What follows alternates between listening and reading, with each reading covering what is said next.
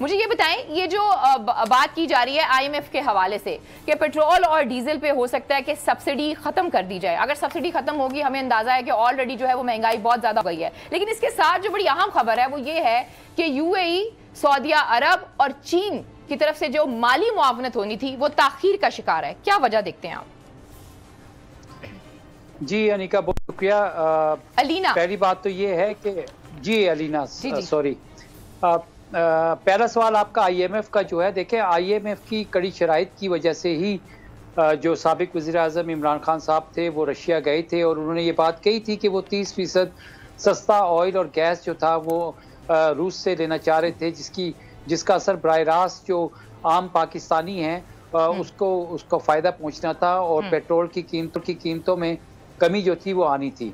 तो अब ये जो नई हुकूमत आई है ये आईएमएफ की उन शराइत को तस्लीम कर रही है। पहले ये तनकीद कर रही थी, यहीं पर जो नई हुकूमत है इसकी मुनाफकत जो है वो सामने आ जाती है कि इनको सिर्फ ये इक़्तिदार चाहिए था और जब ये इक़्तिदार में आ गए तो अब ये वही काम कर रहे हैं। ना सिर्फ ये बल्कि आपने देखा कि स्टॉक एक्सचेंज जो है वो क्रैश होने जा रही है और इसी तरह से डॉलर के अगेंस्ट रुपए की जो वैल्यू है वो भी गिरती जा रही है दिन ब दिन। ये परेशान कुल सूरत हाल है और उसकी बुनियादी वजह ये है कि इनकी उम्मीद थी कि सऊदी अरब से या यूएई से जो है पाकिस्तान को चंद अरब डॉलर जो है वो मिल जाएंगे और उससे जो है मईशत को सहारा दे दिया जाएगा। लेकिन जैसे मैंने आपके पिछले प्रोग्रामों में भी ये बात की थी कि सऊदी अरब ने पाकिस्तान को वाज़ेह पैगाम दिया था कि वो साबिक वज़ीर-ए-आज़म इमरान खान के साथ काम करने के लिए तैयार हैं और उन्हीं के साथ काम जारी रखने के लिए तैयार हैं। तो लिहाजा सऊदी अरब से भी झंडी हो गई, यूनाइटेड अरब एमिरेट से भी झंडी होगी और चीन तो वैसे ही इस वक्त शदीद नाराज़ है और वो मैंने ये तासुर लेके बैठा हुआ है कि इस वक्त पाकिस्तान में प्रो अमेरिका और एंटी चाइना एक हुकूमत जो है वो आ चुकी है। इसी वजह से पाकिस्तान के अंदर जो है वो अभी आपने देखा ईद के बाद से एक शदीद माली बहरान जो है उसने जन्म लेना शुरू कर दिया है और ये आइंदा मल्टीप्लाई होगा। डॉलर जो है वो इस वक्त मार्केट में नायाब है और ब्लैक मार्केट में वो 190 से ज्यादा ऊपर उसकी प्राइस जो है वो चली गई है। ठीक हो गया। ये जो आपने बात की, आपने इशारा भी दिया है सऊदी अरब की तरफ से जो पैगाम आया और चीन की तरफ से जो पैगाम आया और जिस तरीके से इमरान खान साहब को बैकअप किया गया वो तो हमारे सामने है, लेकिन हमने इस मुल्क को देखना है, इस मुल्क की मईशत को देखना है।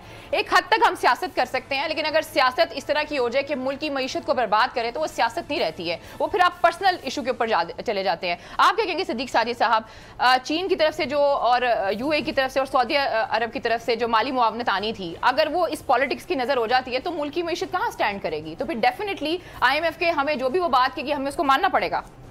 जी अलीना, बिल्कुल जो इस वक्त एक क्राइसिस है इकानमी के हवाले से वो बिल्कुल एक सर उठाए खड़ा है और हुकूमत को भी इसकी परेशानी है। एक तो ये है कि इस हुकूमत के जो हाथ पांव हैं ना वो बंधे हुए हैं। अच्छा। इत्तेहादी हुकूमत है और अब जो प्रॉब्लम नज़र आ रहा है आप खुद इसके ऊपर गौर करें। 12-13 जमातों की ये हुकूमत है, लेकिन जो काम करते हुए नज़र आ रही है वो लग ऐसे रहा है कि सिर्फ ये नून लीग की गवर्नमेंट है।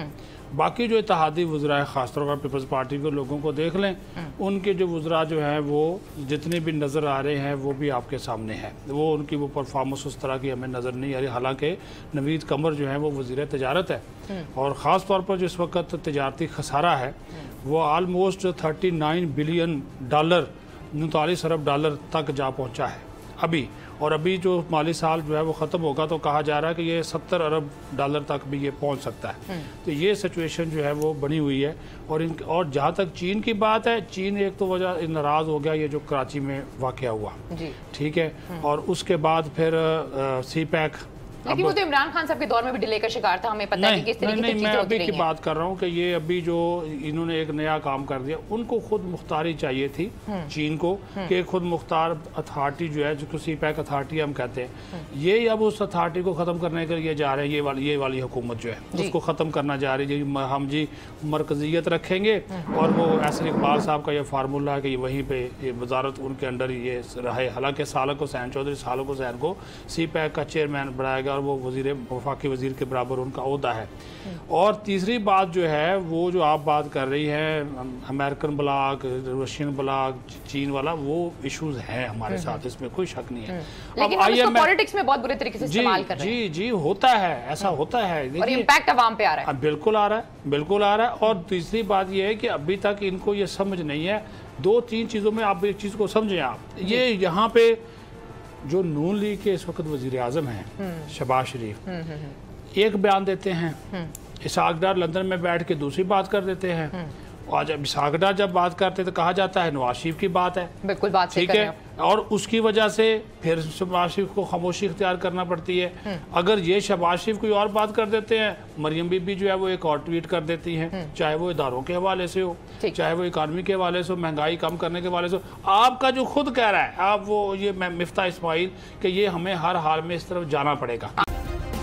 सब्सक्राइब करें और बेल दबाएं ताकि कोई खबर रह न जाए।